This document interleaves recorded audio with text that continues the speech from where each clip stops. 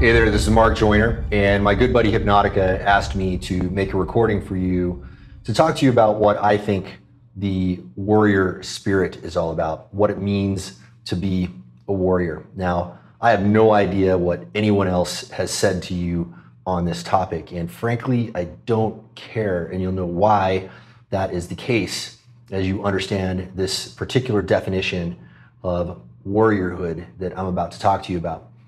And I think it can be summed up in one word, which requires a little bit of expansion before you can fully understand it. And that single word is confrontation. When we face conflict, and if you look at the Latin root of that, it means to struggle together, to struggle with something, someone. When we face it, we have two choices.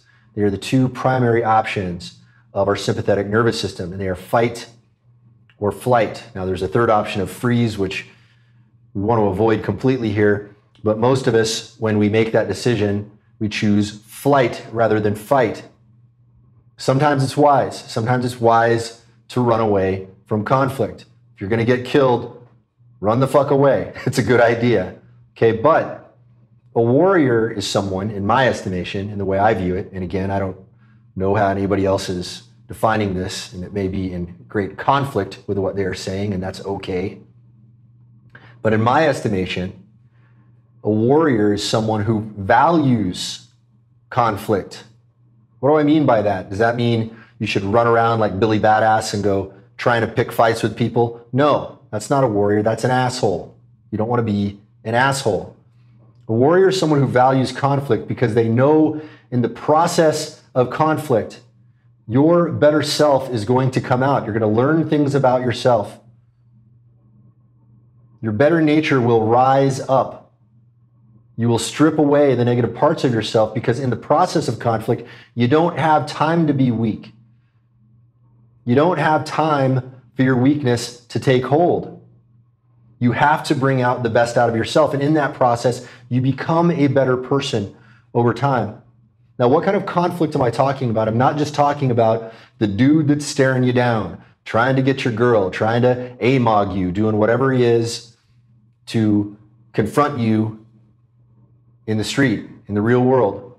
It's also, and probably more primarily, about your inner struggle, your ability to confront what is going on inside of you. Think about that for a minute. How many inner struggles do you shirk away from when you're looking at that girl across the room and you know that the right thing to do is to go talk to her? What do? Do you go talk to her or do you jack off in the corner? When you are looking at that jelly donut, do you give in to that desire or do you say no to that jelly donut and pick up the healthy food? You take the healthier option. Every single inner struggle that you have slowly defines your character. And the warrior is someone who says, you know what, I'm not going to run away from that confrontation. I'm not going to take the easy route. I'm going to take the hard route because there is inherent value in confrontation, in confronting your problems and not running away from them. And that's all I got to say.